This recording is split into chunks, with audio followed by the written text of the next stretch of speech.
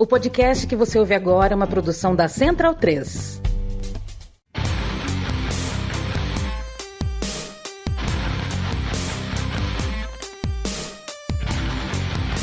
Começa agora o Xadrez Verbal. Bom crepúsculo, ouvintes da Central 3, está começando mais uma edição do Xadrez Verbal, a sua revista semanal de política internacional em formato podcastal. Meu nome é Matias Pinto e como sempre estou ao lado dele, meu amigo e companheiro Felipe Nobre Figueiredo, o homem por trás do tabuleiro. Olá, meu caro Matias, olá a todos os nossos ouvintes, todo mundo que nos ouve, nos divulga, nos prestigia, nos ama, nos deseja, nos tolera, diz que nos odeia, mas não nos tira do ouvido. Chegando aqui a edição número 293 do Xadrez Verbal e 7 anos de podcast.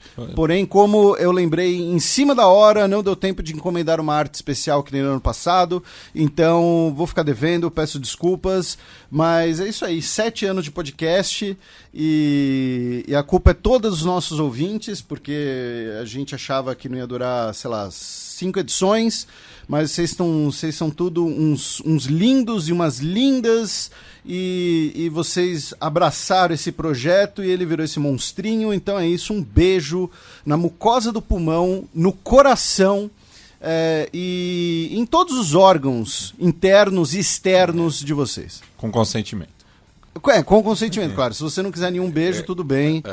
A gente entende, a gente só vai ficar magoado. Bem, então sem mais delongas, passemos para o primeiro bloco do Giro de Notícias.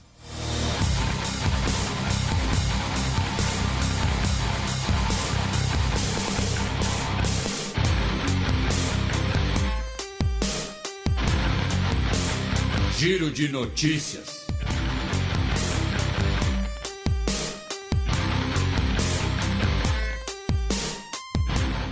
Abrindo o mês de maio, notícia do domingo passado, dia 1º deste mês. Daesh acusa Israel de matar líder jihadista em ataque aéreo ao Sinai. Pois é, essa notícia é importante, tá, gente? É importante porque depois a gente vai comentar uma outra notícia ligada a isso daqui, tá? Mas o fato é que o exército egípcio, com apoio aéreo israelense, iniciou uma campanha, tá, na região norte do Sinai, não vou dizer um reduto, mas uma região com ainda muita presença do Daesh, o auto-intitulado Estado Islâmico.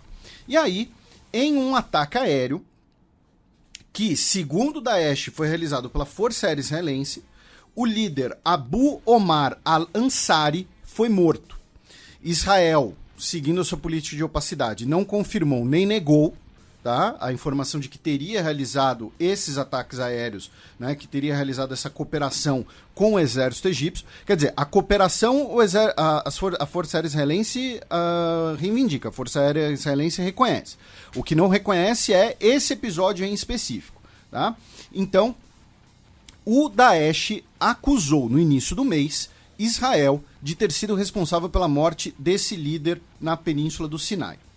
Também na Península do Sinai, no final de abril, no dia 30 de abril, um gasoduto, tá, de gás natural no norte do Sinai foi explodido, muito provavelmente em um ataque realizado por Daesh. Segundo as autoridades egípcias, na cidade de Bir al-Abd, nós tivemos um incêndio, mas felizmente não tivemos vítimas. Notícia da segunda-feira passada, dia 2 de maio. Índia registra maiores temperaturas em mais de 100 anos. Essa foi uma notícia que bastante gente deve ter visto, né? Mas que algumas regiões da Índia chegaram a registrar 46 graus e algumas outras regiões não habitadas teriam registrado até temperaturas de mais de 50 graus. Tá? Essa é a maior temperatura já registrada na Índia em 100 anos, como o Matias comentou. E daqui a pouco aparece um banguense e fala, pô, aqui em Bangu faz 50 graus. Bangu é o oposto do curitibano. O banguense é o oposto do curitibano. Tivemos, por conta do calor, tivemos focos de incêndio em aterros sanitários, tivemos apagões de energia e também crianças dispensadas das escolas. Em outras duas notícias em relação à Índia, uma delas é que o governo indiano anunciou que vai redesenhar os distritos eleitorais do antigo estado de Jammu e Caxemira, né, como parte daquela absorção, né, em territórios federais em 2019. Porém, segundo o governo indiano, a ideia desse redesenho também é dar maior representatividade para a região. A questão é que, toda vez que a gente fala em redesenho de distritos eleitorais, tem aquela palavra em inglês que infelizmente, nunca chama tradução, né? Se nós ouvintes tiverem alguma tradução para gerrymandering, né? Que é a autoridade que está no cargo redesenha os distritos da maneira que lhe for mais conveniente. Geralmente faz uma pizza. Isso. Então, assim, olha, tem um bairro aqui que a galera vota toda no partido X. Então, o partido Y, que está no poder, tenta dividir esse bairro em 2 distritos ou pulverizar esse voto. Normalmente, muitas vezes, no sul dos Estados Unidos, em relação ao eleitorado afro-americano. Então, qual é a discussão agora? Que o governo indiano estaria tentando fazer um gerrymandering para aumentar a representatividade das regiões hindus. Lembrando que a maioria da população da região é muçulmana, tá? Então teremos essa discussão sobre o gerrymandering em Jammu e Caxemira. E finalmente, também em relação à Índia, uma matéria de ontem na BBC, assinada pelo Soutik Biswas, falou que a OMS publicou um novo relatório sobre os números de Covid na Índia e o número de mortes em excesso na Índia, possivelmente com causas do óbito, possivelmente ligados à Covid-19, está na casa dos 4,5 milhões de pessoas. Isso é quase 10 vezes mais o número oficial de mortes por Covid-19 no país. Tá? Então, teria uma subnotificação gigantesca. E lembrando, isso ocorre em maior ou menor grau em praticamente todos os países. Tá? A diferença é que em alguns países, por políticas de Estado ou por retóricas partidárias, esse número pode ser maior ou menor, porque a gente pode ter ações deliberadas ou omissões, né, para você maquiar os números. Então, que nem aqui no Brasil, no início da pandemia, tinha aquele meme, né, aquele tweet lá que, meu primo morreu no acidente de trânsito e registraram como Covid. O que, na verdade, foi muitas vezes o contrário. Pessoas que foram internadas devido à Covid, faleceram devido a algum outro sintoma e não foram registradas como óbito de Covid, não entraram para as estatísticas. Então, na Índia, o número pode ser de 10 vezes mais o número oficial.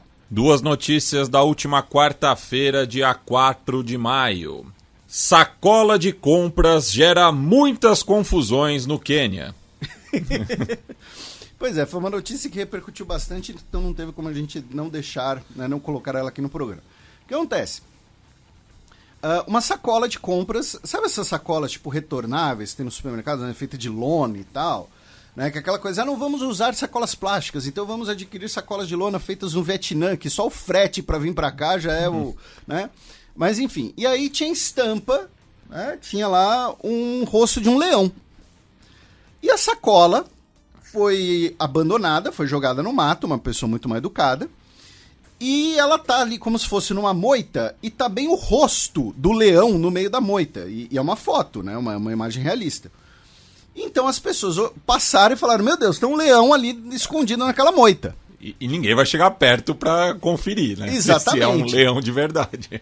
Aí o que fizeram, né? Um país como o Quênia, chamaram as autoridades, que você tem lá um departamento de vida selvagem. Né? O ICAMA. Eu não peguei... ok.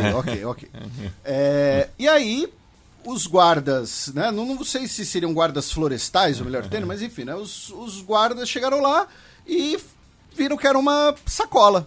Né? Então, assim, é uma notícia que a gente falando aqui não parece tão divertida, mas se vocês verem a imagem, talvez fique mais divertido. Então, eu recomendo que vocês procurem lá a sacola de leão no meio do arbusto no Quênia. E foi o que o Matias falou, loucas confusões devido a uma sacola de compras no Quênia. Eu já passei por isso na chácara do meu padrinho com, sabe aquelas cordas de escalada? Sim, aí você achou que era uma cobra. Uma cobra coral.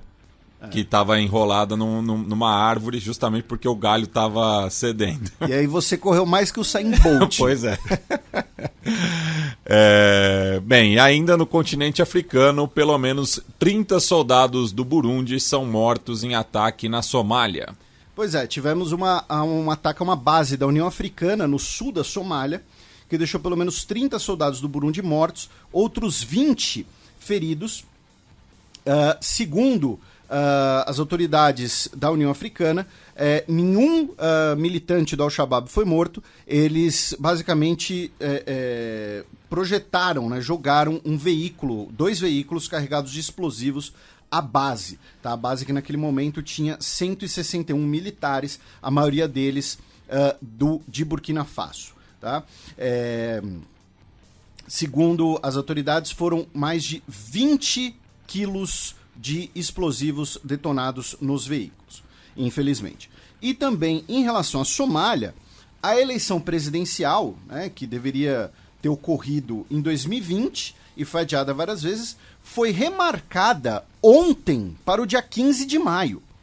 Então, assim, ela foi remarcada ontem para 10 dias depois. Então, eu imagino que tenha sido uma data que ou você já teria algum evento planejado, algo assim, ou então nós teremos um novo adiamento. Foi apenas um anúncio de uma data aí para talvez aplacar alguns grupos políticos, porque não sei se é viável você organizar uma eleição num país, né, que vive em praticamente uma guerra civil permanente, já tem aí quase...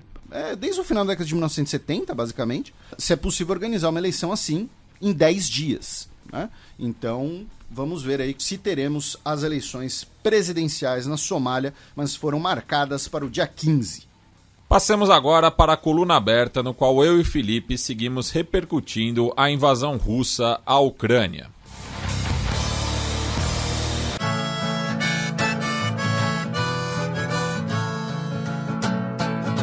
Coluna aberta. União Europeia propõe banir petróleo russo. Pois é, essa foi... não é uma notícia do front, digamos assim, mas talvez seja a notícia mais impactante. Né? Por quê? Porque a União Europeia, né, propôs banir todas as importações de petróleo ainda em 2022 e retirar o maior banco russo do sistema SWIFT. Mas o que é o sistema SWIFT?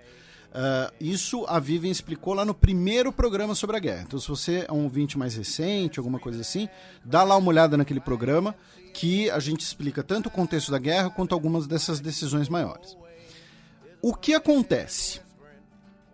Para a União Europeia adotar alguma política, ela precisa da aprovação unânime de todos os países membros. E a Hungria já sinalizou que pode protestar, que pode barrar essa iniciativa, afirmando que a Hungria depende muito de importações energéticas da Rússia. Então, a Hungria pediu um prazo maior para readaptação. Tá? Então, o que a Hungria está falando é: não vamos banir o petróleo. Não é, sou contra banir o petróleo russo. O que a Hungria está falando é um prazo maior para adaptação e substituir as importações energéticas russas. Lembrando que isso foi uma das pautas das eleições húngaras recentes e que o Orbán venceu, e venceu bem as eleições. E uma das suas plataformas era: olha, estou aqui defendendo os interesses da Hungria, independente de guerra na Ucrânia, independente de União Europeia, e o que inclui o custo de vida, o custo de abastecimento energético, o custo do gás, o custo do petróleo e tudo mais. Tá? Então, isso é interessante de ficar de olho. Por quê? Porque a União Europeia não é uma coisa unânime, não é um bloco monotemático, não é um monolito. Então, para alguns, e a gente já explicou isso aqui, mas isso daqui vai ser, esse exemplo concreto vai ser o auge dessas divergências. Para alguns países, é muito mais fácil muito mais simples falar, olha, não queremos importar petróleo da Rússia. Para outros países, nem tanto. Então você precisa chegar num acordo. Uma maneira de acordo, ao meu ver, seria, por exemplo, países mais ricos da União Europeia, como a França, né, falarem, olha, tá bom, Hungria, então a gente vai suspender a importação de petróleo russo e a gente subsidia o seu petróleo, o seu gás por um tempo, por exemplo, né, para tomar esse tipo de decisão. Então, é uma nova negociação, tá, bastante complicada. E aí, ontem, quinta-feira, o Viktor Orbán falou que o programa de embargos às importações de petróleo russo causaria mais danos à Hungria do que à Rússia. Tá? Então ele falando, olha, né, vocês vão fazer cócegas na Rússia às custas da Hungria. Basicamente essa é a retórica dele. Então isso daqui vai ser uma coisa muito interessante de ver, porque as sanções que nós tivemos até agora foram sanções quase sempre unânimes, e aí a gente já explicou que nós temos divergências de interesses, divergências de pautas. Esse caso aqui vai ser um dos principais. Junto com ainda nessa questão das sanções, a Rússia, né, em última hora, né, conseguiu evitar um calote, conseguiu evitar um default, fazendo pagamento em dólares para credores internacionais, movendo dólares de outras fontes. Né? Não se sabe ainda direito qual foi a manobra, a manobra fiscal, a manobra financeira que a Rússia fez, mas conseguiu evitar o default. No início do mês, o Sergei Lavrov, o ministro de Relações Exteriores da Rússia, afirmou que suspender sanções contra a Rússia fazia parte das conversas de paz com a Ucrânia. O governo ucraniano negou, afirmando que a Ucrânia não tem autoridade sobre as sanções impostas por outros países. E aí, nessa semana, o chanceler da Alemanha, o Olaf Scholz, no último dia 2 de maio, disse que qualquer sanção imposta à Rússia por conta da invasão da Ucrânia só será retirada após um acordo entre Moscou e Kiev e que a Ucrânia concorde, a Ucrânia aceite com a retirada das sanções. Então, por um lado nós temos a União Europeia querendo impor mais sanções e junto com isso pautar suas mudanças de políticas energéticas. Temos as divergências internas dentro da União Europeia. Aí temos a Rússia falando, não, a gente está conversando sobre o fim das sanções com a Ucrânia falando, olha, não sei de nada, isso daí é com a União Europeia, com os Estados Unidos, e um dos principais políticos da União Europeia falando, olha, para a gente retirar sanções só depois de um acordo com a Ucrânia. Então é uma coisa até meio good cop, bad cop. E daí o embaixador ucraniano em Berlim chamou o Olaf Scholz de linguiça de fígado ofendida. Eu não sei... Linguiça de fígado? É. Ok. Bem, para os nossos ouvintes que já moraram salsicha, na verdade. Salsicha. Ah, não, agora fez todo sentido. Diferença. Agora fez todo sentido. Mas para os nossos ouvintes que já moraram na Ucrânia, ou já estudaram ucraniano, não sei, se puderem explicar se isso é uma ofensa tradicional ucraniana, não sei. Mas ok. Mas pegou mal na Alemanha. Isso porque obviamente não é um elogio. Né? Não chama ele não, ele é uma linguiça de primeira. Não, enfim, de fígado. E finalmente, em sanções, o Reino Unido impôs sanções à empresa siderúrgica Evraz, que é parcialmente propriedade do Roman Abramovich, via um monte de outras empresas. Então, assim, a Evraz é propriedade de uma empresa, que é propriedade de outra, que é propriedade de outra, e aí você chega no Roman Abramovich. E o Roman Abramovich, que essa semana negou que ele tenha solicitado um reembolso de 10 bilhões de libras de empréstimos e dinheiro que ele injetou no Chelsea nas últimas décadas para a venda. É o resgate. Ele falou, tá bom, eles vão me obrigar a vender, mas eu não vou sair no preju, então. Eu quero, todo o dinheiro que eu botei aí, eu quero de volta. Então, essas são algumas das notícias sobre as sanções, questões econômicas da guerra, que, claro, nesse momento acabam sendo até, né, no médio e longo prazo, mais importantes. tão importantes quanto, né? Ainda falando de temas econômicos, mas saindo das sanções, segundo o primeiro-ministro ucraniano, o Denis Shmyhal, o seu país recebeu mais de 12 bilhões de dólares em armamentos e ajuda financeira desde o início da guerra. Ele fez esse pronunciamento na Polônia, em Varsóvia, em uma conferência de doadores, que arrecadou outros 6 bilhões de euros para esforços humanitários e militares dos ucranianos. Tá? Uma conferência em Varsóvia, incluindo doações não apenas de governos, mas também de entidades e pessoas. Enfim, empresários e tal, puderam doar e tudo mais. Indo agora para Mariupol, né, que é talvez o principal assunto, né, da frente. A gente explicou a situação em Mariupol nos últimos programas, né? Mariupol que é o principal porto do Mar de Azov, é o principal porto ucraniano a leste da Crimeia, e ainda tinham cerca de 2 mil combatentes ucranianos, mais civis refugiados, na siderúrgica de Azovstal. E a gente comentou, né, que quando Putin ordenou uma espécie de cerco à siderúrgica, né, evitar um assalto frontal, ele basicamente queria usar isso como uma ferramenta de negociação, algo do tipo, e é o que está de fato ocorrendo. Tá? Nessa semana nós tivemos alternando episódios de retirada de pessoas, especialmente pela Cruz Vermelha, e episódios de bombardeios às posições ucranianas. Inclusive, no último dia 3, tá, a Rússia acusou a Ucrânia de aproveitar um cessar-fogo para evacuação de civis e reposicionar suas tropas. Tá? O Ministério da Defesa russo disseram que o batalhão Azov e os militares ucranianos tomaram vantagem indevida do cessar-fogo humanitário. Então, junto com essas alternâncias entre momentos de bombardeio e evacuações conduzidas especialmente pela Cruz Vermelha, nós tivemos também uma troca de prisioneiros hoje, tá, entre Ucrânia e Rússia, e muito provavelmente os militares que estão em Azovstal, em Mariupol, poderão ser retirados pela Ucrânia desde que deponham suas armas. É possível, é provável que a ideia seja essa retirada negociada para evitar mais mortes, para evitar mais baixas, e também que permita para que no próximo dia 9 de maio, com a parada do Dia da Vitória, lembrando que a parada do Dia da Vitória dos 75 anos do fim da guerra em 2020 não foi realizada, então é uma parada da Vitória também para celebrar essa data.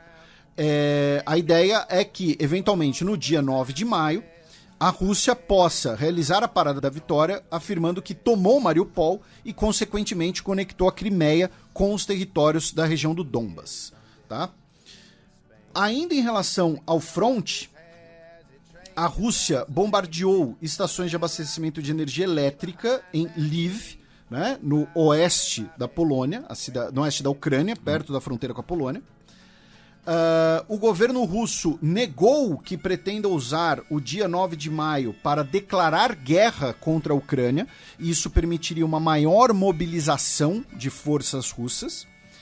Belarus iniciou manobras militares na fronteira com a Ucrânia essa semana, tá? na última quarta-feira. Isso quer dizer que Belarus vai invadir a Ucrânia, então, em apoio à Rússia. Não necessariamente. É possível? Sim. Mas também é possível que o Putin tenha ligado pro Lukashenko e falado: olha, Lukashenko, faz um exercício militar aí, só para agitar um pouco as coisas, e os ucranianos manterem umas tropas perto da fronteira com Belarus só por precaução. Né? Então, diminuindo a disponibilidade de forças ucranianas para combater as forças russas no leste do país. O Lukashenko, inclusive, disse que a guerra está se arrastando demais. Ele disse que a Rússia não teve escolha se não agir, porque a Ucrânia estava provocando a Rússia. Porém, nem tudo está indo de acordo com os planos e essa operação está se arrastando demais. Palavras do Lukashenko, um dos principais aliados do Putin. Na verdade, ele é basicamente um dependente do Putin. Né? E ainda em relação ao fronte, o que aconteceu? Essa semana, o New York Times publicou uma matéria afirmando que os Estados Unidos estariam compartilhando inteligência com a Ucrânia. Até aí tudo bem, até aí todo mundo sabia disso.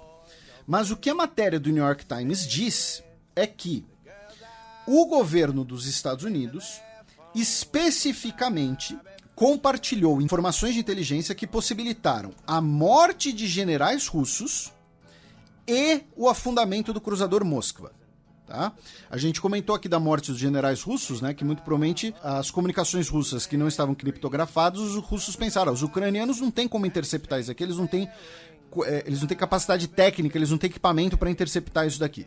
Mas os americanos têm e repassaram as informações para os ucranianos, que então conseguiram agir a partir dessas informações. E também em relação ao Moskva. Hoje, por sua vez, prevendo o tamanho, né, do rebuliço, né, o porta-voz do Departamento de Defesa dos Estados Unidos, o John Kirby, disse que é correto dizer que Washington forneceu elementos de inteligência para ajudar a defesa da Ucrânia, mas não fornecemos informações sobre a localização de comandantes militares de alto escalão, nem participamos de decisões de seleção de alvos tomadas por militares ucranianos. Tá? Então, basicamente dizendo, olha, a gente compartilha informações, mas a gente não participou de nada não. Tá? A gente está aqui quieto no nosso canto. Claro que é apenas, né, negando um cenário bastante plausível e para evitar maiores repercussões. Aí, meu caro Matias, vamos ainda em relação a notícias ligadas diretamente à guerra, falando infelizmente de mortes. A Associated Press publicou uma matéria investigativa sobre o bombardeio ao teatro de Mariupol. Então, uma matéria bastante extensa, com imagens, com referências, fizeram ali uma reconstrução 3D do teatro. E, segundo a reportagem investigativa da Associated Press, 600 pessoas morreram no ataque ao teatro de Mariupol. Tá? Lembrando que as forças russas negam que tenha realizado esse ataque, afirmam que esse ataque teria sido uma bandeira falsa realizada pelos próprios ucranianos. E, por outro lado, o staff-geral das Forças Armadas da Ucrânia, em seu perfil no Facebook, chegou à cifra de 24.700 soldados russos mortos desde o começo da invasão em 24 de fevereiro. Indo agora para notícias em relação a, né, das relações entre os países e a guerra, o secretário de Segurança Nacional da Ucrânia, o Oleksiy Danilov, acusou a Hungria de saber os planos russos com antecedência, de terem omitido, de não terem compartilhado essa inteligência com outros países, e que a Hungria planeja tomar territórios ucranianos. Tá? Lembrando que o sudoeste da Ucrânia, né, até a Segunda Guerra Mundial, era parte da Hungria, região da Transcarpátia. Né, então faz parte ali dos irredentismos regionais e tal. O Orbán, algumas vezes, ele já compartilhou mapas, né, nas suas redes sociais, ou fez referências ao mapa da Grande Hungria, né, que é a Hungria irredentista, incluindo pedaços da tal Eslováquia, da tal Sérvia, da tal Ucrânia. E que é curioso que se você faz as sobreposições desses mapas, né, daí tem a Grande Albânia, a Grande Sérvia, tudo, tem várias zonas de intersecção, né? Sim, não tem grande pra todo mundo, não. Se um é grande, território é soma zero. Se um é grande, o outro vai ser pequeno. Sabe qual é a solução, Felipe? Abolir as fronteiras. Você é um globalista. Sim. Você é um John Lennon. Você é um... You're a dreamer, man. A Nancy Pelosi, a presidente da Câmara dos Estados Unidos, se encontrou em Varsóvia com o presidente da Polônia, o Andrzej Duda, onde conversaram sobre maiores sanções e apoio militar à Ucrânia. Lembrando que a Polônia repassou boa parte, né, dos seus carros de combate de origem soviética para a Ucrânia, enquanto assinou um acordo bem gorducho, né, de fornecimento de carros de combate dos Estados Unidos. Também em relação às relações entre os países, o Macron e o Putin conversaram por telefone na última terça-feira, dia 3, né, depois da reeleição do Macron. O Putin disse que a Rússia está disposta ao diálogo, porém que o Ocidente precisa parar de enviar armas à Ucrânia. Tá? O Macron também conversou com o Zelensky. A ministra de Relações Exteriores da Suécia, a Ann Linde, se encontrou com o secretário de Estado dos Estados Unidos, Antony Blinken, em Washington, E ela disse que tanto Suécia quanto Finlândia terão garantias de segurança dos Estados Unidos durante o processo de ascensão à OTAN, tá? Já que entre o pedido de se tornar membro e efetivamente se tornar membro, poderia haver ali algum prazo, né? E nesse prazo a Rússia se aproveitar, né? Algo assim. Então, os Estados Unidos ofereceram garantias de segurança, né, aos dois países nórdicos. A Finlândia também acusou a Rússia de violar o seu espaço aéreo novamente essa semana com um helicóptero que teria penetrado 5 quilômetros em território finlandês. Tá?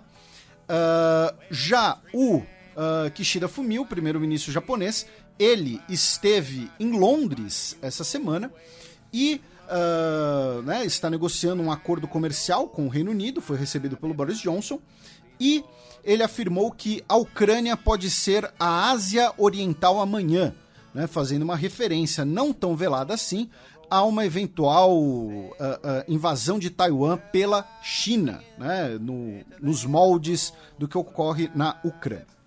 Também em relação às relações entre os países, né, ontem, dia 5 de maio, o Olaf Scholz e o Joe Biden conversaram por telefone e afirmaram que os dois países não vão reconhecer nenhuma conquista territorial russa na Ucrânia, tá?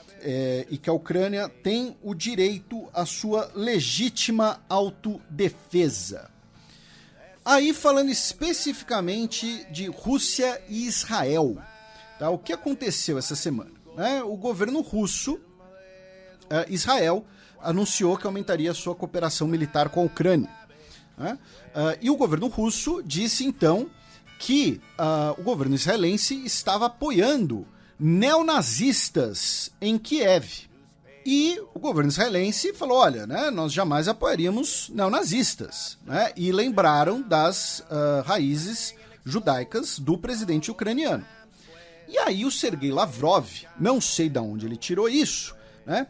Ele disse que alguns dos maiores antissemitas são judeus. Inclusive, Adolf Hitler tinha sangue judeu.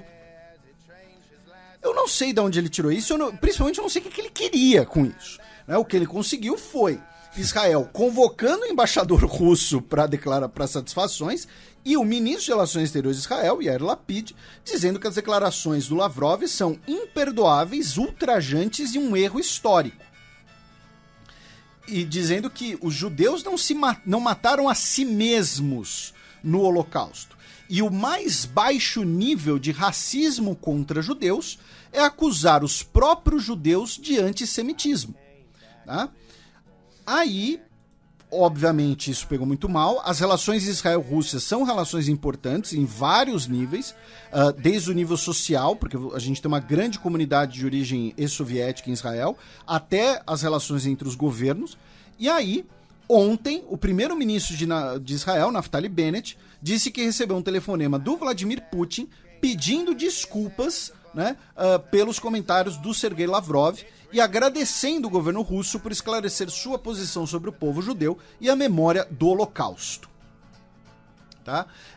Então, né, esse foi um episódio específico. Né? Falando de religião, né, a gente tem que falar um pouco mais das relações entre as igrejas ortodoxas aqui no programa, né, pedido inclusive do nosso querido Renato, mas essa semana o Papa Francisco disse que alertou ao patriarca Cirilo, né, o patriarca de Moscou, para não se comportar como coroinha de Putin. Pegou pesado. Amigo. Ó o novo cisma vindo aí. A renovação do cisma, né? E o patriarca Cirilo, que inclusive pode ser alvo de sanções pela União Europeia, tá? E ele falou isso, né? Por quê? Porque o patriarca Cirilo, né, o patriarca ortodoxo de Moscou, ele é um grande aliado político do Putin e ele é um apoiador da guerra, inclusive, né? Já disse que é uma guerra santa, que é uma guerra... É uma relação mutual, né? Porque o próprio Putin também se apoiou na igreja ortodoxa nessa retórica justamente da grande Rússia, Isso. novamente. Né? Exatamente. E aí, quando a igreja de Kiev ganhou autocefalia, né, isso fez parte da crise. E, finalmente, outras 4 notícias para a gente fechar esse giro pela guerra na Ucrânia. A Dinamarca está sendo acusada de políticas racistas, já que teriam modificado as suas leis, né, de relação à migração para priorizar refugiados da Ucrânia em relação a refugiados de outras regiões. Tá? Claro, isso numa abordagem bastante resumida. O Teatro Bolshoi cancelou uma apresentação dirigida por Timofei Kuliaibin devido aos comentários do diretor em relação à guerra na Ucrânia. Também em relação à guerra na Ucrânia, segundo o governo alemão, milhões de toneladas de grãos estão parados em depósitos na Ucrânia devido aos portos estarem bloqueados pelas ações militares russas. Mais de 4 milhões de toneladas estão parados em contêineres. Tá? Lembrando que a Ucrânia é uma das maiores produtoras e exportadoras de grãos, como sementes de girassol e trigo.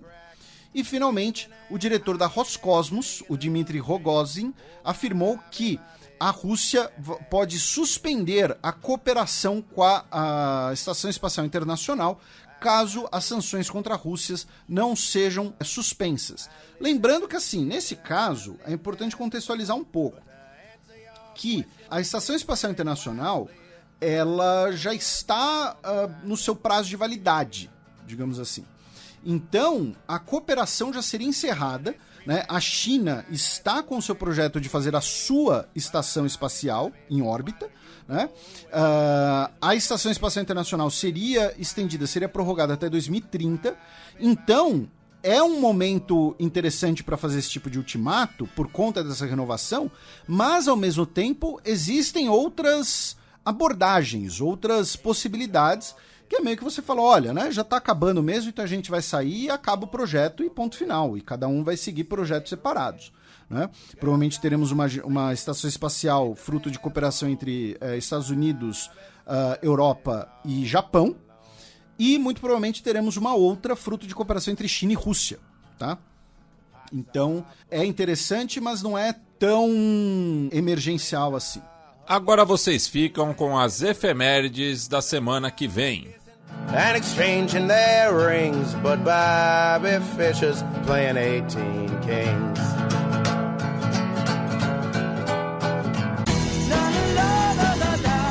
A semana na história. –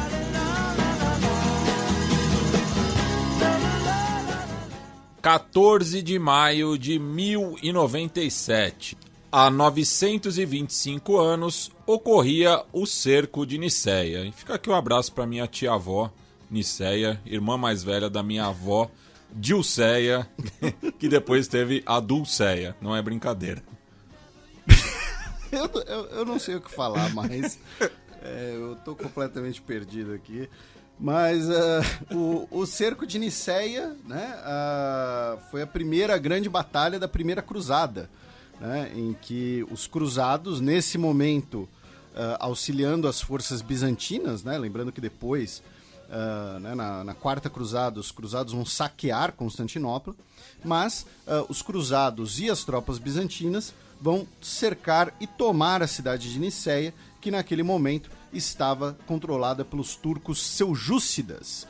Então, ela tem esse marco de ser a primeira grande batalha, né, da Primeira Cruzada.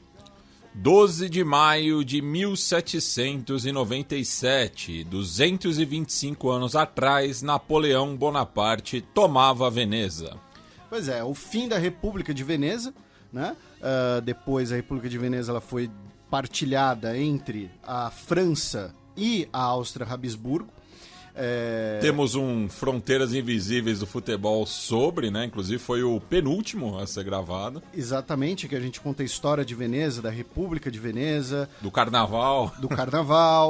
né? E lembrando que nesse momento aqui não era o Império Napoleônico ainda, era Napoleão Bonaparte como um general da República Francesa, né? Mas é o fim da República de Veneza, que existia basicamente há mais de 1000 anos, né? Segundo a tradição, né? Então, é uma data interessante e a gente faz o Alto Jabá aí do Fronteiras. 11 de maio de 1997. Na próxima quarta-feira completam-se 25 anos da vitória do computador Deep Blue contra Garry Kasparov no xadrez, né? Não no futebol. De fato, ele foi feito para jogar xadrez, não para jogar futebol. O Garry Kasparov, né, um dos maiores enxadristas de todos os tempos, talvez futuro presidente russo, né, um dos principais nomes da oposição, Vladimir Putin, e é um marco, né, na história da inteligência artificial, né, já que o Deep Blue, né, a primeira versão do Deep Blue, em 96, né, perdeu para o Kasparov. Aí fizeram melhorias, fizeram ali algumas adaptações, e aí em 97 derrotou o Kasparov, né, vencendo 3 jogos e empatando 1, né, no formato ali de disputa de título mundial. Então acaba sendo um marco, né, da computação, da inteligência artificial, e é daquelas efemérides que infelizmente eu já posso dizer, eu lembro. Pois é. Né? Bem, e pra derrotar eu e o Felipe no xadrez não precisa de muito, né? Um computador. Não, o Chess Master normal, no modo de dificuldade mais difícil, já resolve isso. Já basta. No caso do Garry Kasparov, precisaram construir um computador só pra isso, né? Passemos agora para o match, no qual eu e o Felipe faremos um giro pelo velho continente para além da guerra na Ucrânia.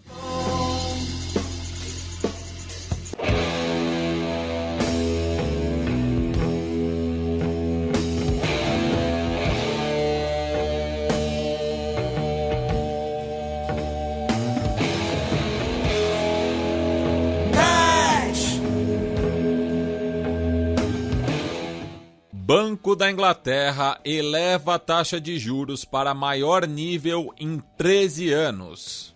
Começando o nosso giro pelo Reino Unido, né? E assim como a gente falou, né, do Federal Reserve nos Estados Unidos, o Banco da Inglaterra também aumentou sua taxa de juros aí para conter, né, a inflação, que no caso do Reino Unido está num recorde em 30 anos. Tá? Foi o 4º aumento da taxa de juros. A votação no Comitê de Política Monetária foi 6-3, então subiu 0,25% para 1% de taxa de juros, tá? No caso do Reino Unido. Cruzando o Canal da Mancha, nós vamos para a França rapidamente, com 2 notícias sobre as próximas eleições. Uma delas é que a França em Submissa, do Jean-Luc Mélenchon, e o Partido Socialista, né, o principal partido histórico de centro-esquerda, de esquerda, depois centro-esquerda na França, né, anunciaram uma aliança para as eleições legislativas de junho. E também o Partido Comunista e os Verdes. Então tá aí um blocão de esquerda, né, para as eleições legislativas que, segundo eles, querem impedir que Emmanuel Macron tenha a maioria para implementar o seu programa de governo. E daí a estratégia é interessante, né? Porque eles vão escolher um candidato por partido que tenha mais chance de vencer em cada distrito, né? Então, assim, teriam mais chances de conseguir justamente a maioria e, com isso, né, eleger o Jean-Luc Mélenchon como primeiro-ministro, né, para tentar barrar, né, medidas tomadas pelo executivo. E, ainda nas eleições francesas, o partido do Macron, o antigo Em Marcha, né, que era o partido é o partido do Macron, tá, não é o partido criado em torno dele, vai ser rebatizado de Renascença. Então, vai ter um rebranding aí na véspera das eleições. Não sei se isso vai dar certo, né? Eu achei curioso, assim, que a desculpa é para tipo, para enfatizar, né, os valores iluministas, enfim, da França, mas A Renascença foi um pouco antes, né? Um pouco antes foi mais na Itália, né?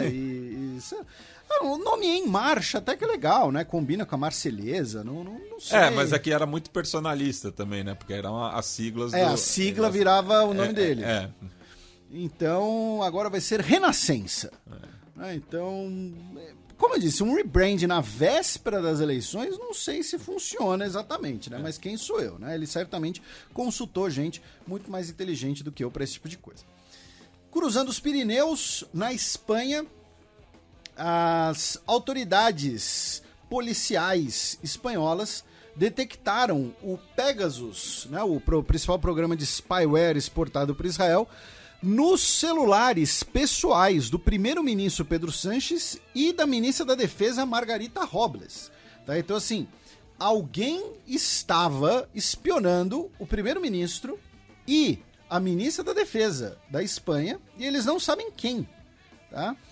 Segundo o governo, estamos quase certos de que é um ataque externo, porque na Espanha, numa democracia como a nossa, esse tipo de intervenção seria feito pelos órgãos judiciais, com autorização judiciária e tudo mais.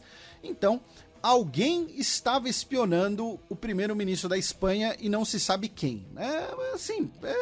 Boa notícia, sim, que deve deixar o cidadão espanhol tranquilo, porque se o primeiro-ministro é espionado e ninguém sabe quem, no total são mais de 200 celulares de autoridades espanholas, incluindo autoridades catalãs, como a gente já tinha repercutido antes, que foram monitorados e espionados com o spyware Pegasus. Tá?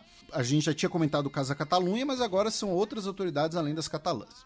E ainda na Espanha tivemos 2 denúncias contra o ex-primeiro-ministro Felipe González, que foi o terceiro após a redemocratização do país, já que durante o seu governo houve anuência das autoridades espanholas para espionagem de exilados argentinos no país, né? Pensando que o governo Felipe González coincide com o final da ditadura argentina, mas mesmo assim houve essa colaboração. E que também o seu governo acabou premiando o general Jesús Salas Larrazabal, que foi um dos responsáveis pela relativização do bombardeio de Guernica, que completou 85 anos na terça-feira da semana passada. Cruzando o Mediterrâneo Ocidental, vamos para a Itália, já que a Alemanha abriu um processo contra a Itália na Corte Internacional de Justiça, alegando que a Itália continua permitindo que vítimas de crimes nazistas cobrem indenizações ao Estado alemão, mesmo depois de uma decisão da CIG de 2012, né, afirmando que a Alemanha não poderia ser processada em tribunais estrangeiros por vítimas de crime de guerras, crimes cometidos durante a guerra pelos nazistas. Tá? Segundo a Alemanha, desde então, mais outros 25 novos pedidos de indenização foram apresentados em tribunais italianos contra o Estado alemão, com várias condenações contra a Alemanha. A Alemanha disse que demorou para abrir o processo na CIG, afirmando que esperava que a Itália correspondesse às expectativas de cumprir os acordos internacionais sobre o tema. Tá? Então, essa é uma discussão interessante, uma discussão... E a gente já conversou sobre isso aqui, por exemplo, quando a gente falou sobre a dívida da Grécia, né? A Grécia é um país que várias vezes já ameaçou pedir indenizações assim, gigantescas, reparações de guerra em relação à Alemanha. Né? Então, é um tema que vira e mexe pode voltar.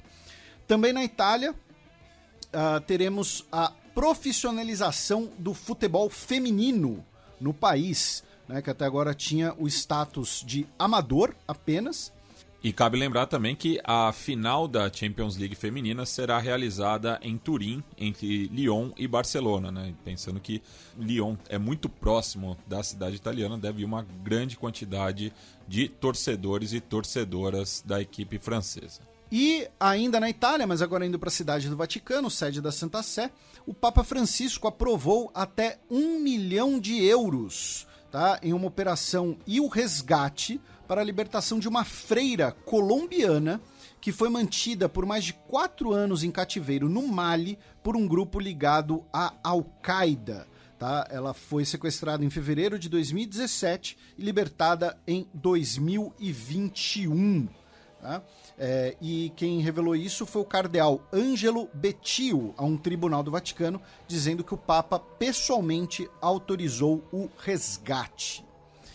Da Itália, vamos passar rapidamente pela Suíça, já que a polícia suíça apreendeu 0,5 tonelada de cocaína em um carregamento de café em uma fábrica da Nespresso. E o carregamento vinha do Brasil. Tá? A cocaína era 80% pura e ela teria ali um valor de mercado na casa dos 50 milhões de euros. Eu vi um tweet muito bom sobre isso, falou que em algum lugar tem um traficante que está com excesso de café em pó. Não, ou então, novas táticas para fidelizar o cliente, não sei. A pessoa desenvolveu tolerância ao café, não sei. Então, mas tá aí, 0,5 tonelada de cocaína numa fábrica da Nespresso. Então, se você costuma tomar Nespresso, comprar lá as cápsulas do George Clooney, eu sugiro dar uma olhadinha antes. Talvez você possa ter uma surpresa. E da Suíça a gente pega um avião para Yerevan, já que no final de semana tivemos protestos contra o primeiro-ministro Nikol Pashinyan, se reunindo cerca de 20 mil pessoas na capital e cerca de 250 pessoas foram detidas, tá, nesse protesto contra o governo e especialmente contra as concessões feitas ao Azerbaijão. Tá? E para a gente encerrar esse nosso giro, duas notícias europeias, né, da União Europeia. Uma delas é que a União Europeia, via sua agência reguladora, acusa a Apple de violar as leis de competição por limitar o acesso à tecnologia para fazer os pagamentos sem contato, beneficiando de forma injusta o seu próprio serviço do Apple Pay.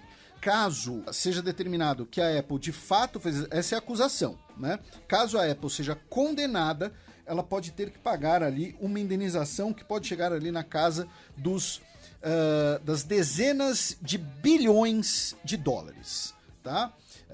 A empresa vai ter direito à defesa e tudo mais. E a outra notícia que vai ser muito interessante da gente ficar de olho para as próximas eleições para o Parlamento Europeu é que, nessa semana, o Europarlamento está discutindo uma reforma da lei eleitoral europeia, que pode possibilitar, inclusive, o voto direto para o presidente da comissão. Tá? Também vai permitir listas transnacionais para eleições europeias. Tá? Então, isso vai ser interessante de ficar de olho. Repito, é uma discussão que está ocorrendo agora. Vamos esperar para ver se sai ou não. Bem, passemos agora para o cheque, no qual eu e o Felipe daremos uma volta pela bacia do Pacífico.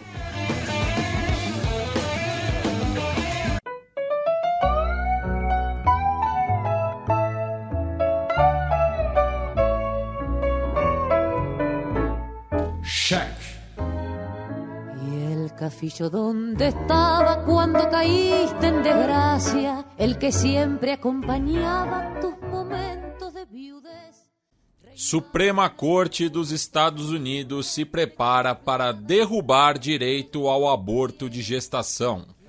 Pois é, essa foi a principal notícia nos Estados Unidos essa semana, até pelas circunstâncias, né, em que essa notícia ganhou o debate público. Tá? Por quê? Um rascunho, tá, de uma decisão do juiz Samuel Alito, da Suprema Corte, que foi nomeado pelo George W. Bush, o Bush filho, em 2005, tá?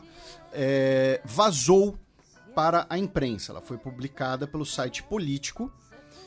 Posteriormente, tá, a Suprema Corte, via o chefe da corte, John Roberts, afirmou que o documento era real, tá?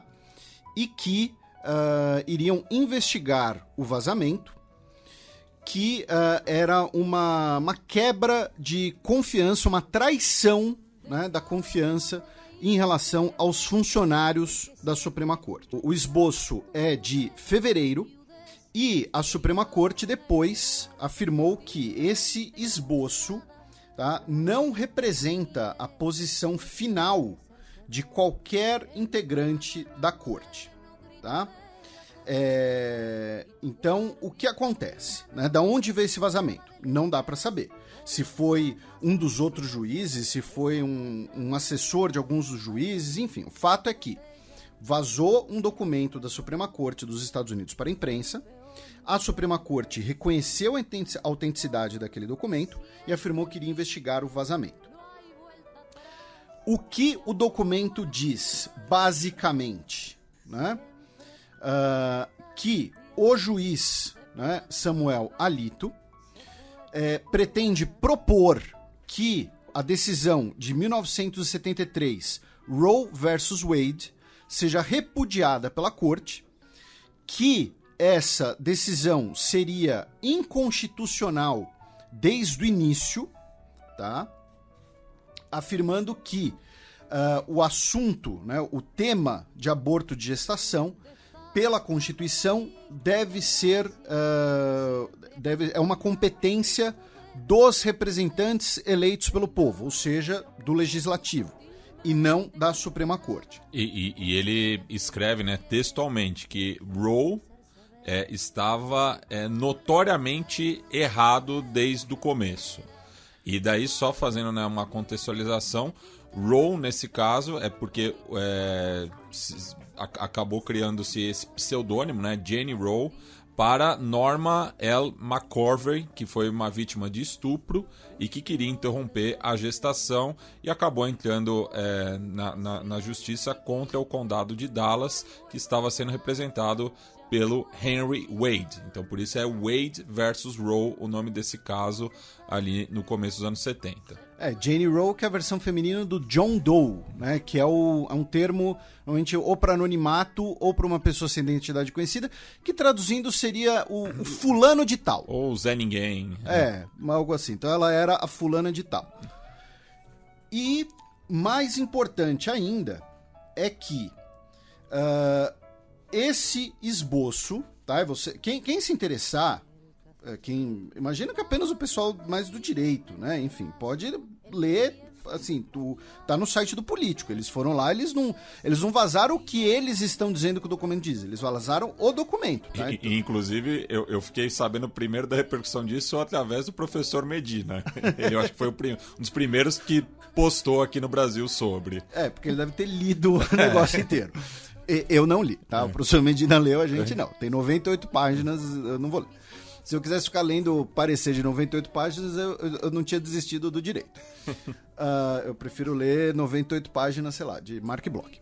Mas, enfim, o fato é que, além desse parecer do juiz Alito, eu não sei se... é importante deixar claro, tá? Quando a gente usa o termo parecer, essas coisas, eu tô usando termos traduzidos da tradição jurídica dos Estados Unidos. Eu não sei se são os mesmos, se significam as mesmas coisas aqui no Brasil. Então, se no juridiquês significar alguma outra coisa, peço desculpas, tá? Mas, em suma, tá? É isso.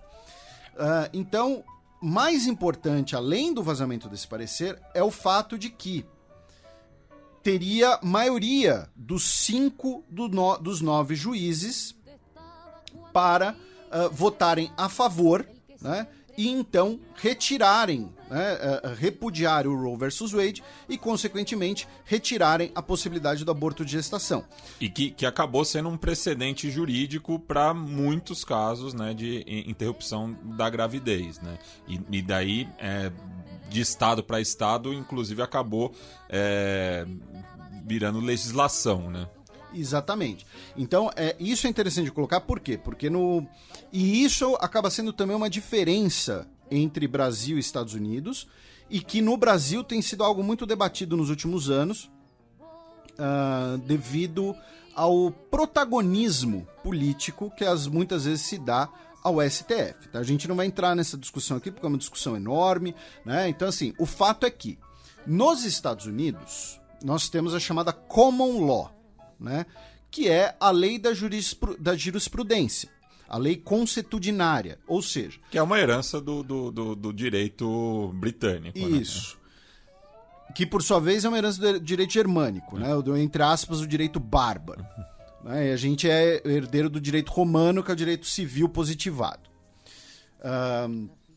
Então, no caso dos Estados Unidos, se a Suprema Corte toma uma decisão, usando o termo que o Matias usou, cria-se uma jurisprudência, ou seja, cria-se um precedente legal e aquilo na prática vira uma lei, na prática. Mas não é a mesma coisa que uma lei, não é algo que passou pelo legislativo. Então, essa é uma das discussões nos Estados Unidos, que é a discussão sobre as competências. Né? Então, você vai ter lá os puristas da Constituição nos Estados Unidos, que defendem a Constituição extremamente enxuta, que vão falar, olha, o resto depende do legislativo, tá? E não depende do judiciário. E aí você vai ter toda essa discussão, não, mas o judiciário pode tomar tais decisões, não, mas é no espírito da lei, é em reinterpretação da lei, então se a lei fala que pode fazer tal coisa, então se adapta para o espírito dos tempos atuais ou com novas tecnologias, então é aquela coisa. A lei diz que não pode violar a correspondência dos outros. A lei não cita explicitamente o WhatsApp.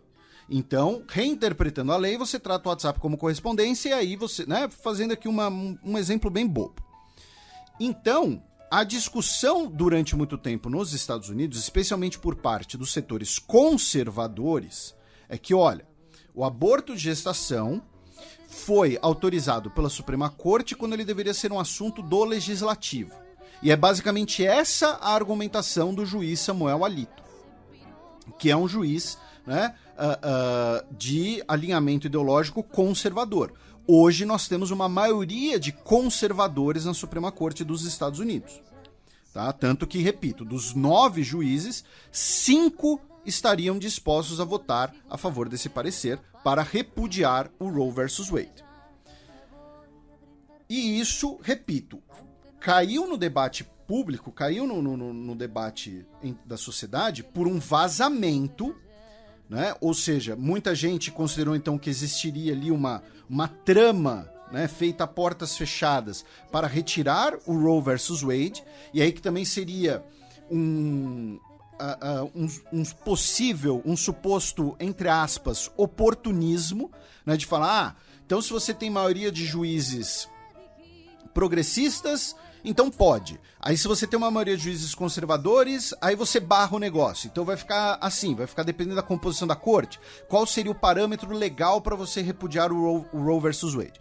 Então tem toda uma discussão jurídica junto de uma discussão ideológica legal, mas que no fundo é parte de um debate maior, mais amplo nos Estados Unidos, que é o debate sobre a questão do aborto de gestação, que é um debate que passa por questões como direitos das mulheres, direitos reprodutivos, visões religiosas de mundo, né, cosmovisões religiosas, se preferirem.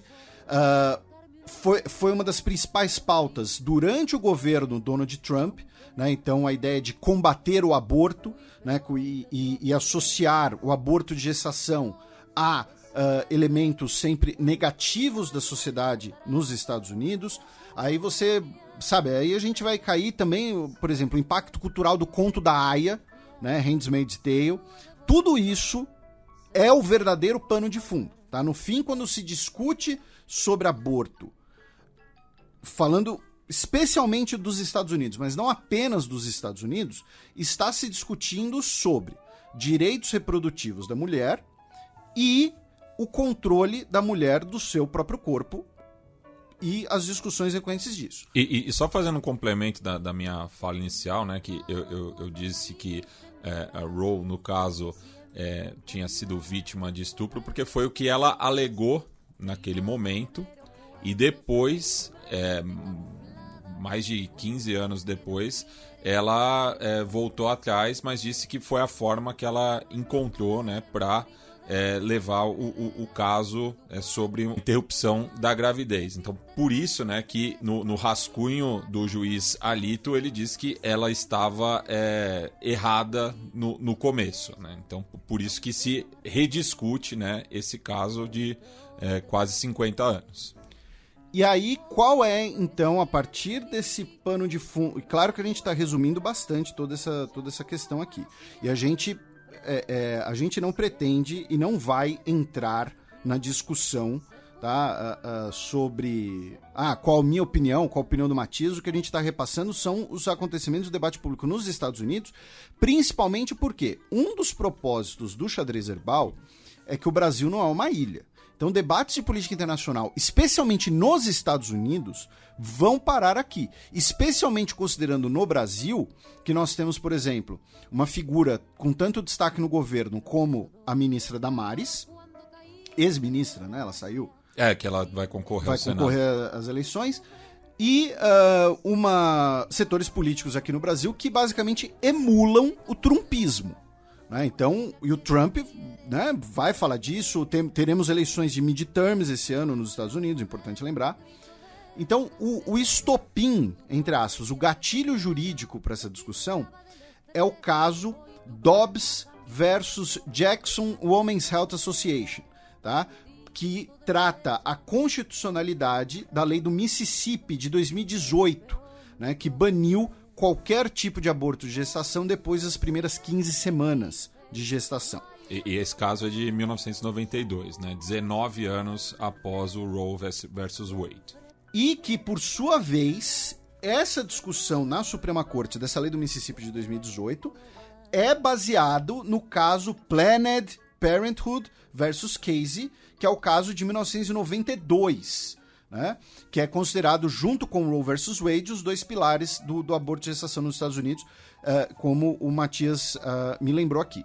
Então, o estopim jurídico, por assim dizer, é essa discussão dessa lei do Mississippi de 2018, que pode ter como possível consequência, segundo esse rascunho vazado, o repúdio a essas duas outras decisões pela Suprema Corte dos Estados Unidos, que então, basicamente, baniriam, né, o aborto de gestação em boa parte dos Estados Unidos.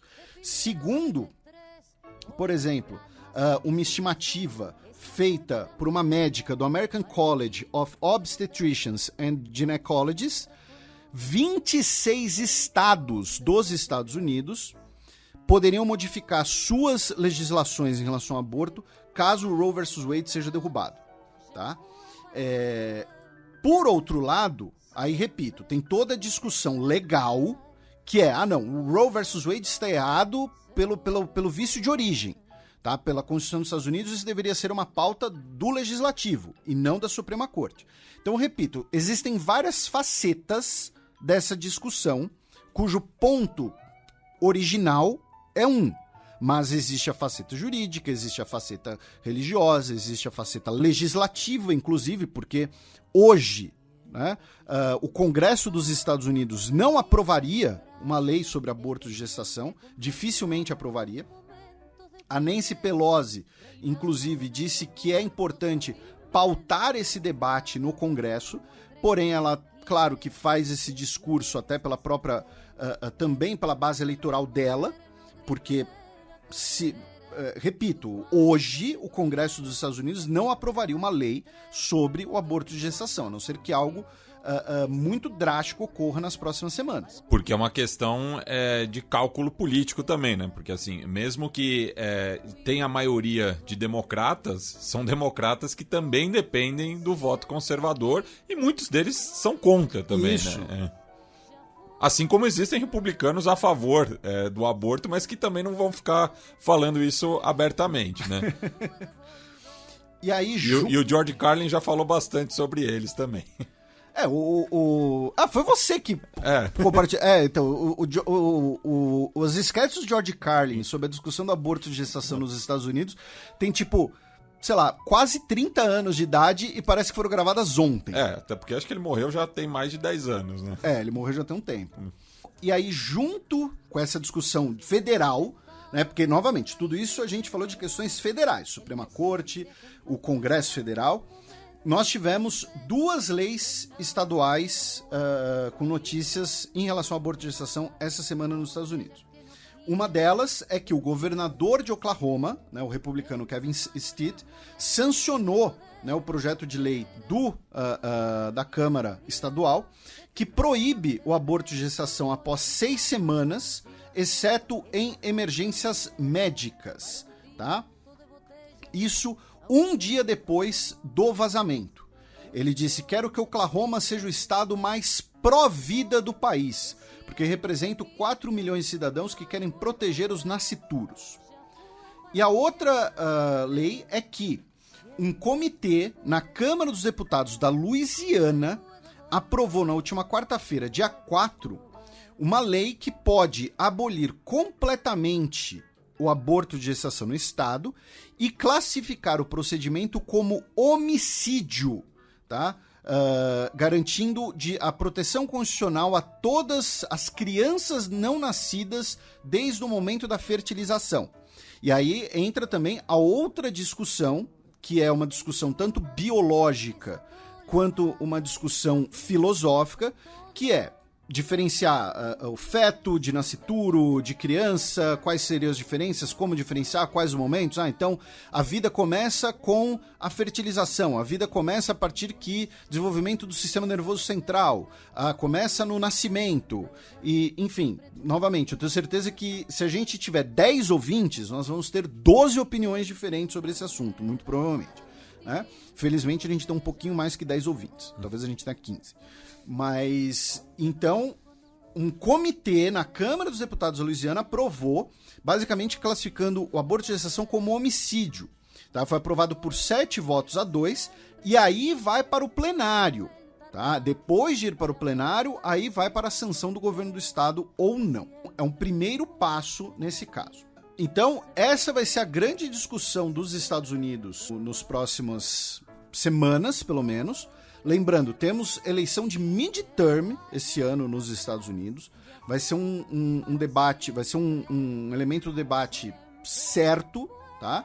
E isso vai também impactar aqui no Brasil, e o Brasil tem eleições presidenciais esse ano, né? Então, tá tudo conectado. Ainda em relação aos Estados Unidos, mas saindo da temática do aborto de gestação, o governo dos Estados Unidos não vai convidar Cuba, Nicarágua e Venezuela para a 9ª Cúpula das Américas, que será realizada em junho em Los Angeles. Semana passada a gente repercutiu a notícia de que o governo cubano se queixou de que estaria sendo excluído dos preparativos. E agora essa decisão foi oficializada, tá, pelo Brian Nichols, que é o chefe da diplomacia dos Estados Unidos para as Américas.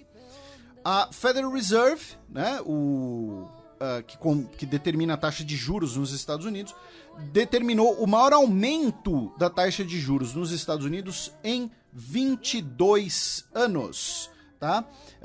Os juros nos Estados Unidos subiram aí 0,5%. Repito, o maior aumento em 22 anos para tentar conter a inflação. Segundo o comitê que investiga o ataque de 6 de janeiro ao Capitólio, o senhor Stuart Rhodes, um líder da milícia, os Oath Keepers, né, os mantenedores do juramento, que normalmente são veteranos ou ex-policiais, né, imensa maioria deles, se não todos, integrantes do grupo trumpistas, teria pedido, tá, a um intermediário para consultar Donald Trump, para que o Donald Trump autorizasse que o grupo usasse da violência para impedir uma transferência de poder. E também o comitê vai ouvir o Donald Trump Jr. sobre os eventos do dia 6 de janeiro.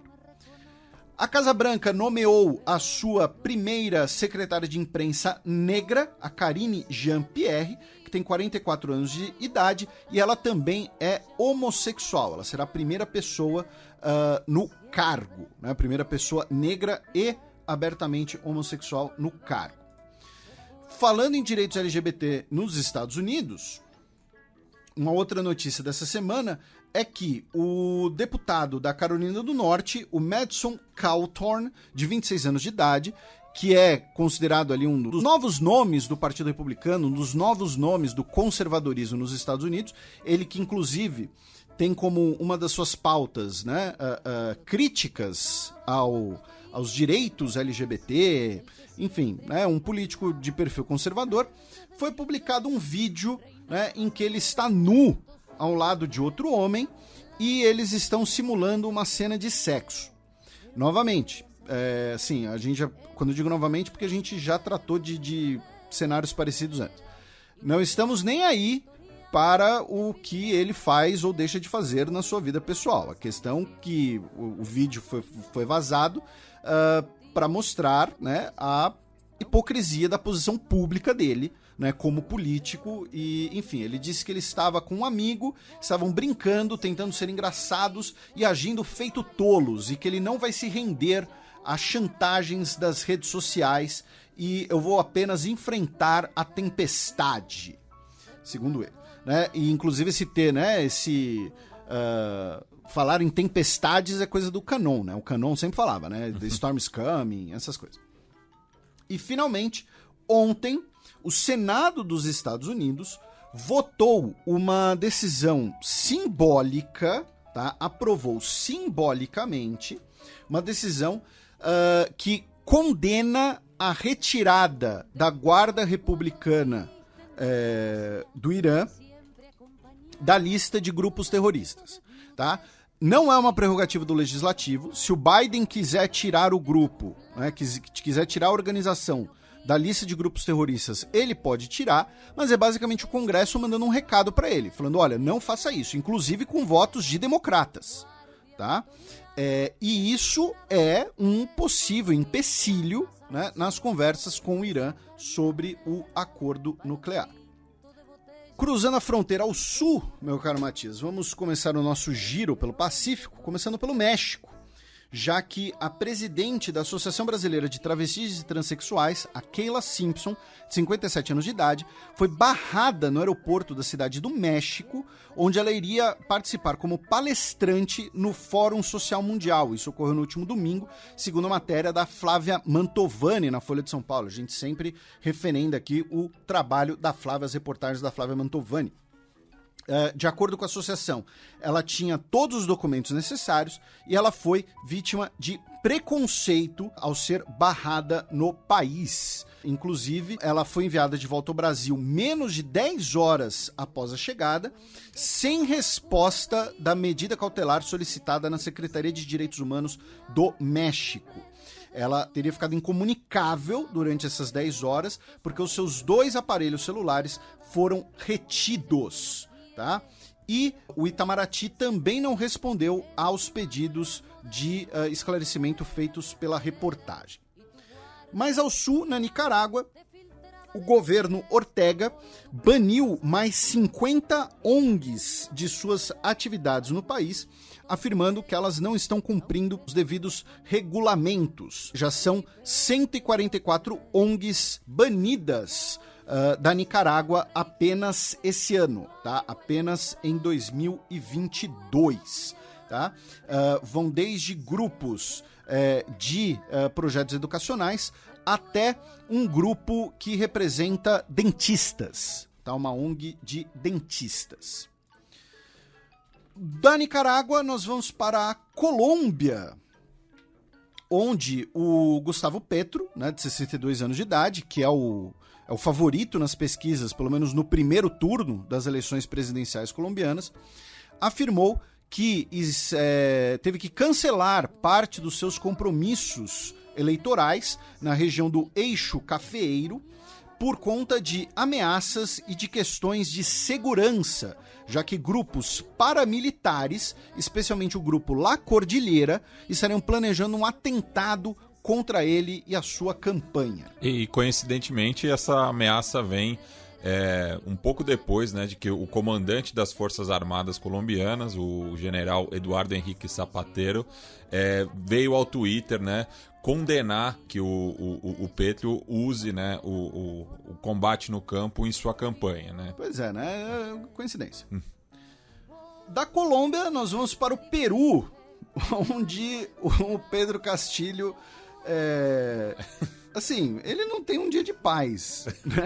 Assim, enfim, o que acontece? A Procuradoria do Peru está investigando o presidente Pedro Castilho por ter plagiado a sua dissertação de mestrado, que foi publicada há mais de 10 anos na Universidade César Vallejo. Tá?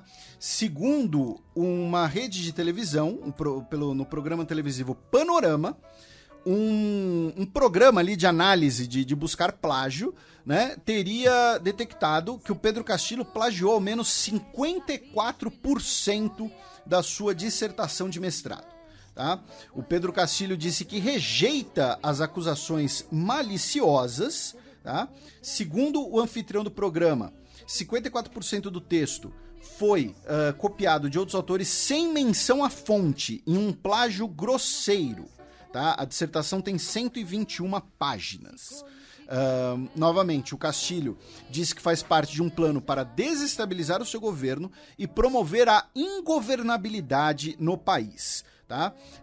Ele disse que essa acusação tem tons políticos, tá? E que ele rejeita essa acusação de plágio. De qualquer jeito, a Procuradoria-Geral do Peru afirmou que vai investigar, né, analisar o caso, assim como a Universidade César Vallejo, que vai abrir uma investigação sobre a acusação de plágio. Universidade César Vallejo, que foi o primeiro time que o Jonathan Calleri fez um gol pelo São Paulo.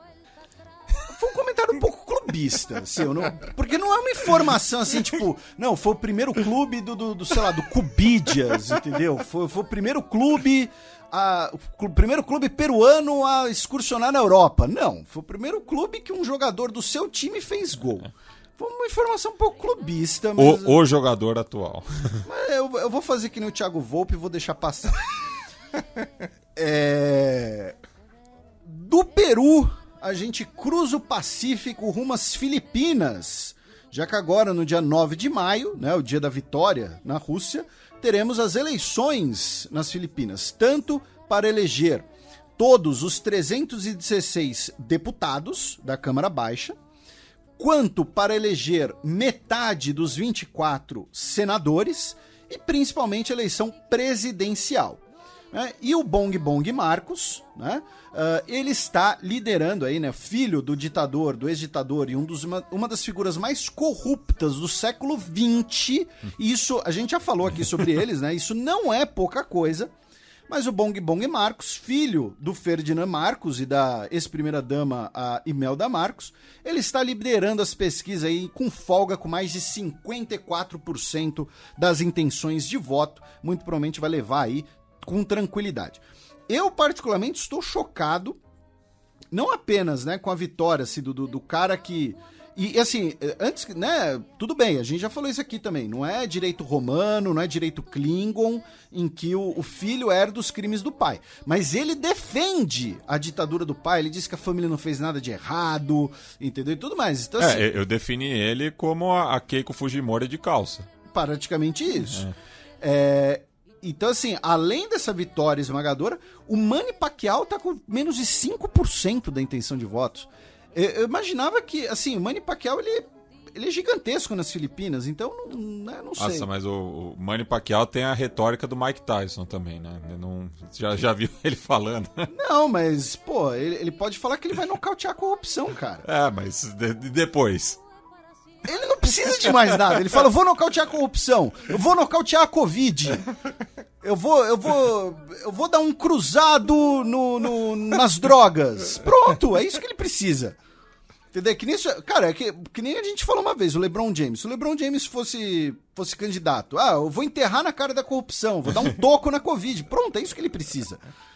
Enfim, então, eleições nas Filipinas agora dia 9, e no dia 8, teremos eleições, né, para o chefe do executivo, né, de Hong Kong, na qual o John Lee, né, que é o ex-chefe de segurança, né, de Hong Kong, é o candidato único e será aí consagrado, né, dentre o comitê eleitoral. Resta ver qual vai ser o número, né, de eventuais abstenções, de eventuais votos em branco, de protesto, coisas desse tipo. Né? São 1.461 pessoas que votam para o chefe do executivo de Hong Kong. O chefe do executivo de Hong Kong será o John Lee, tá? Isso é fato. A questão é para ver aí se teremos muitos votos de protesto.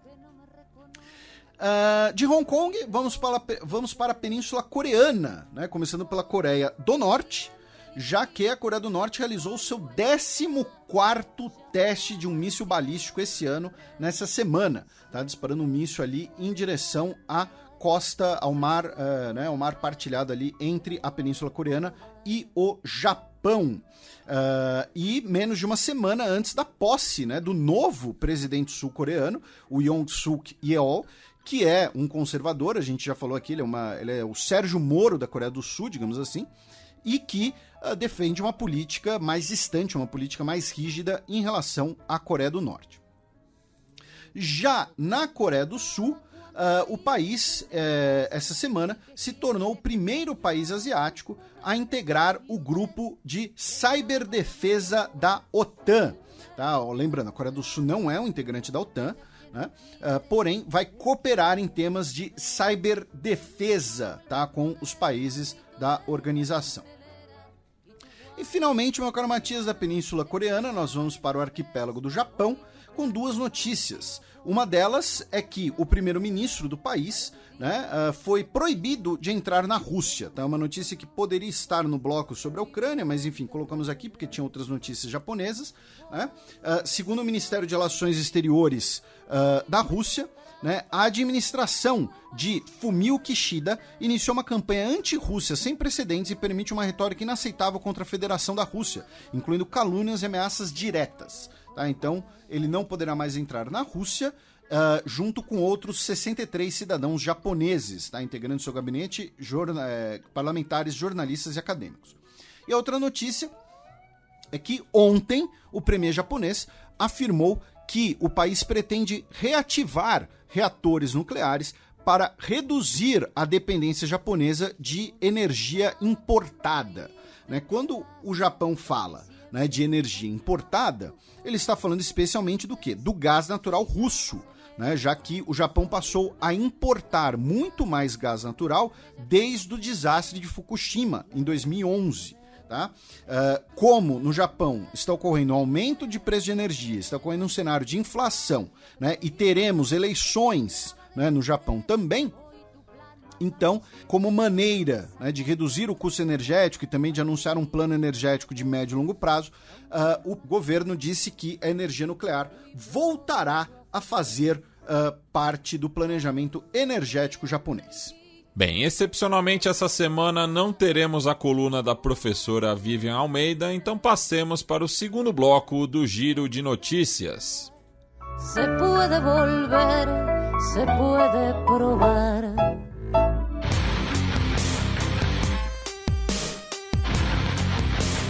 Giro de Notícias.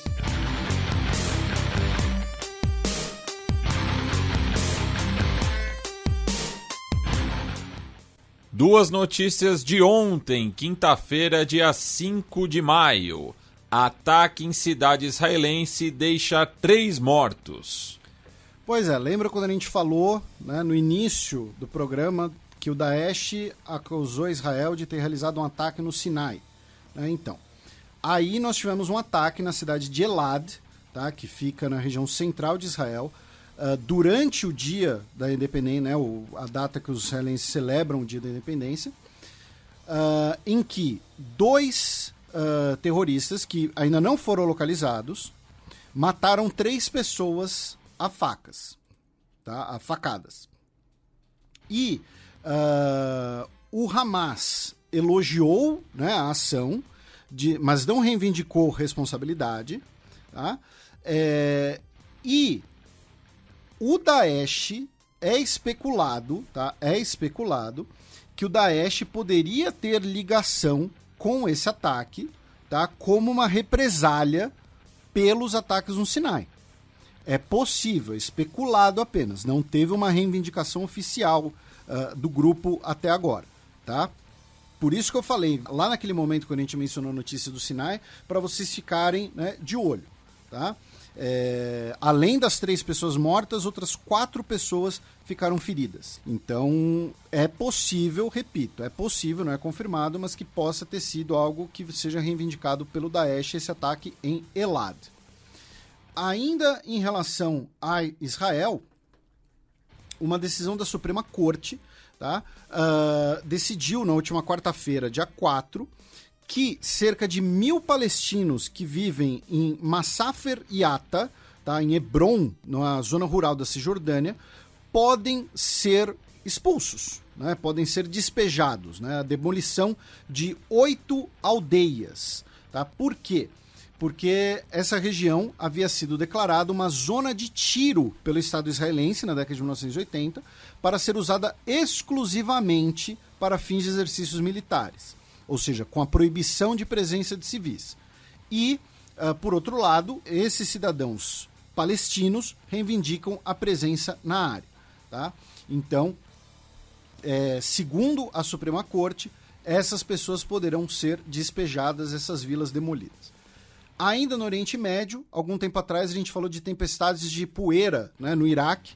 Nessa semana nós tivemos outras tempestades de poeira, inclusive uma em Bagdá, que deixou pelo menos 2.000 pessoas precisando de atendimento médico. No total, foram 5.000 pessoas precisando de atendimento médico em todo o país, depois da 7ª tempestade de poeira em apenas um mês.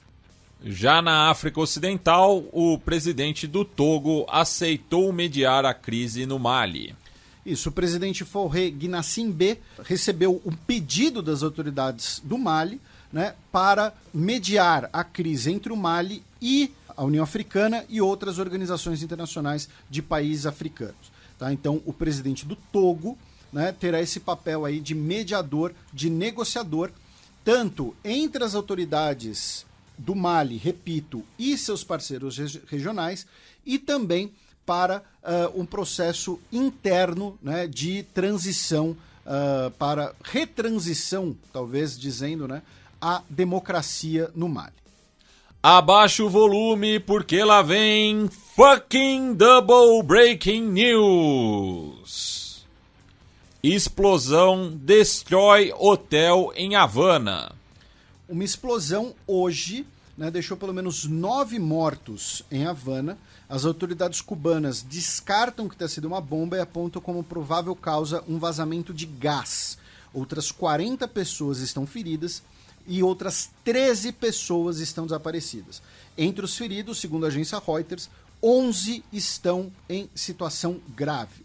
Tá? Foi no Hotel Saratoga, no centro de Havana. Toda a fachada do hotel, né, foi destruída pela explosão. É um hotel 5 estrelas, inclusive, com 96 quartos e 2 restaurantes, uma piscina na cobertura, e ele estava fechado e reabriria ao público no próximo dia 10 de maio. Já na Irlanda do Norte, o Sinn Féin venceu as eleições. Pois é, a gente comentou no programa passado, né, das eleições da Assembleia da Irlanda do Norte. Ainda estamos no momento de apurações, tá, dos resultados, porém o Sinn Féin está previsto para ficar com 29% dos votos, tá? Pode ter um pouquinho a menos, um pouquinho a mais, tá? Mas ele é o partido mais votado e a Michelle O'Neill pode se tornar, então, a primeira-ministra da Irlanda do Norte, né? Não é Prime Minister, é First Minister, tá? Porque é o governo regional. Em segundo lugar, ficou o Partido Unionista Democrático, né? O DUP, com 21%, que é o principal partido pró-Londres, pró-Reino Unido. Em terceiro lugar, ficou o Aliança, um partido liberal de centro, com 13% dos votos. E é um partido que evita a bandeira sectária, ou seja, ele não diz nem que é um partido republicano, pró-unificação da Irlanda, nem um partido unionista, ou seja, pró-Londres. Tá? Ele é por Belfast. Ele é nem a favor nem contra, muito pelo contrário. Então, veremos como serão os cálculos de formar eventuais coalizões, tá? É provável, tá? Mas repito, a gente ainda não tem os resultados finais, que nós temos um cenário de que o vencedor talvez não leve. Por quê? Porque o Sinn Féin, ele terá, né, será o maior partido, com 29% dos votos. Tem que ver o quanto disso vai se reverter em cadeiras, e aí ele vai precisar fazer coalizões. Só que, muito provavelmente, os partidos, né, pró-Londres estarão em maioria do que os partidos de esquerda, ou mesmo partidos que sejam dispostos a fazer uma aliança com o Sinn Féin. Eu não sei, tá? Não estou afirmando, eu não sei se, por exemplo, se esse partido Aliança Liberal estará disposto a fazer uma aliança com o Sinn Féin. Então, vai ser interessante ver como vai ser o cálculo. De qualquer jeito, é a primeira vez na história que o Sinn Féin, um partido republicano, pró-Irlanda, pró-unificação da Irlanda, uma Irlanda independente, sem presença do Reino Unido e de esquerda, vence as eleições na Irlanda do Norte. Bem, passemos agora para a premiação que não altera a cotação nem do peso cubano ou da libra esterlina, mas a gente gosta de tirar onda mesmo assim.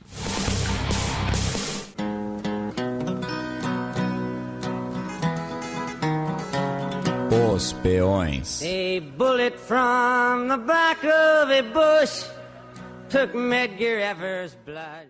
Bem, Felipe, e aqui nesse bloco a gente geralmente acaba pensando bastante nos processos eleitorais, né? E aqui na vizinhança estamos com uma eleição que merece, né, o peão isolado. No caso, o peão isolado vai para a Colômbia, né, pelo fato de que o candidato líder das pesquisas, né, teve que suspender parte da sua campanha devido à falta de segurança, né? Então, assim, democracia não é você apenas poder votar e depositar o voto na urna, tem todo o contexto, né? E esse não é exatamente um contexto muito saudável. Então, o peão isolado essa semana vai para a Colômbia. Bem, e o peão promovido, pensando em um país que acertou contas com o seu passado e consegue ter uma eleição sem violência, vai para... O peão promovido vai ir para a Irlanda do Norte, e o Sinn Féin, que venceu as eleições, a gente não sabe se vai levar, então tem um asterisco, né, que a gente comenta nesse tipo de situação, mas então o peão promovido vai para a Irlanda do Norte e o Sinn Féin. Bem, passemos agora para as dicas culturais.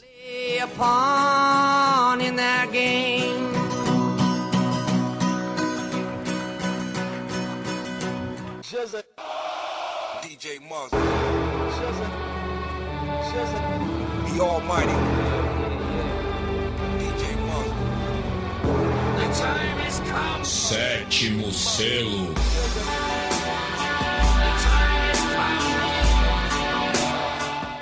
Felipe, qual que é a boa para os nossos ouvintes? Olha, meu caro Matias, a minha sugestão vai ser uma sugestão bem mequetrefe, tá? Porque assisti meio de canto de olho, né?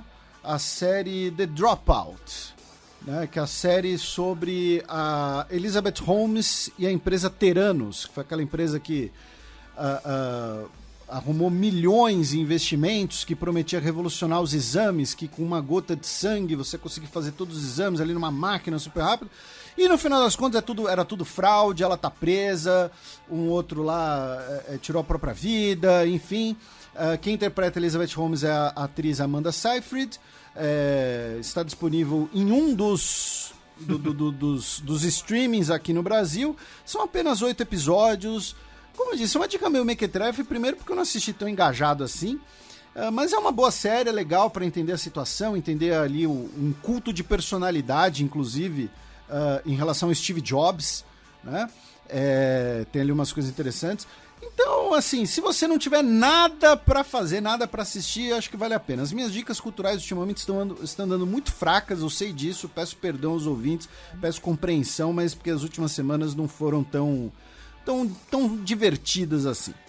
Bem, então, a minha é um pouco mais divertida, mas pensando aí numa efeméride, já que no começo dessa semana completou-se 25 anos do lançamento do filme Austin Powers, o International Man of Mystery, que aqui no Brasil foi traduzido como Um Agente Nada Discreto, né? Que faz aí uma paródia dos filmes de espionagem, sobretudo o 007, é brilhantemente interpretado pelo Mike Myers, que faz os dois principais papéis do filme, né? Tanto o personagem homônimo quanto o seu antagonista, o Dr. Evil.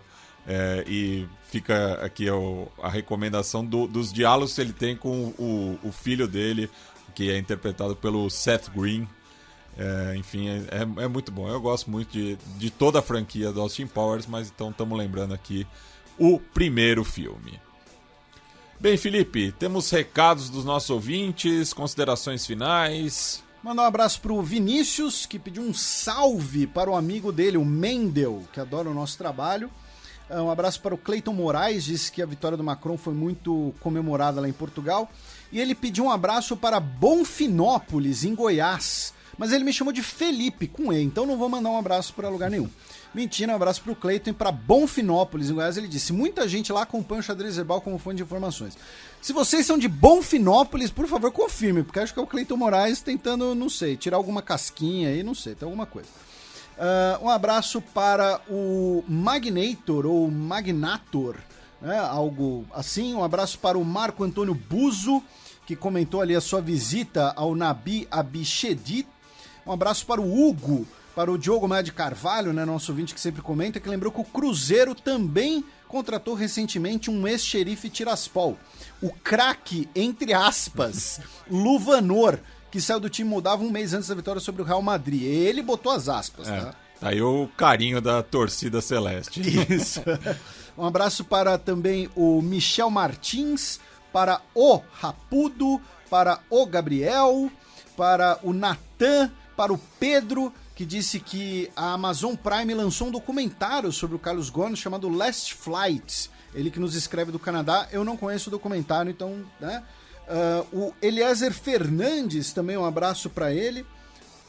Carlos Santana, também o André Luiz Espricigo, imagino que o sobrenome dele, não sei se estou pronunciando corretamente, e ele disse que teve a cidadania italiana reconhecida após o nascimento da filha dele, então a filha dele foi incluída no registro civil italiano com o sobrenome da mãe, pois já era assim o nome dela, tá?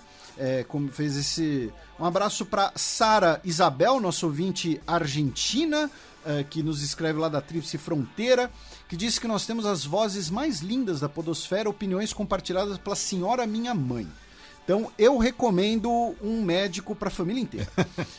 E também um abraço para o José Luiz Paponi, que pediu um beijo para as filhas dele, a Gabriela e a Giulia, futuras ouvintes do Xadrez Verbal, então imagino que são bebês aí, então um abraço para o José Luiz e para as meninas. Bem, já no site da Central 3, o Caio Dias nos escreveu um comentário muito interessante sobre a perspectiva dele das eleições francesas, já que ele mora em Mayotte, ali no Oceano Índico.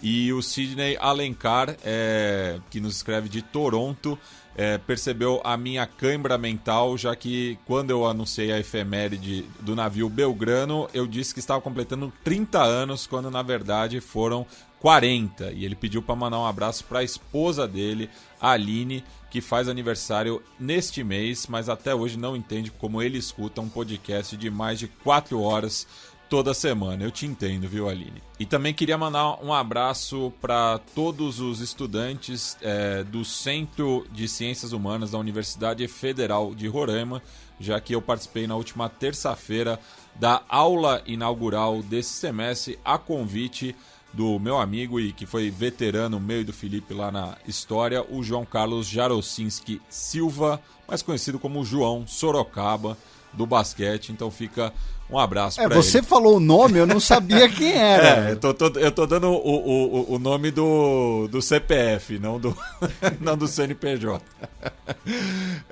Já a música de encerramento desse programa vai em homenagem a Naomi Judd, uma das grandes vozes do country americano.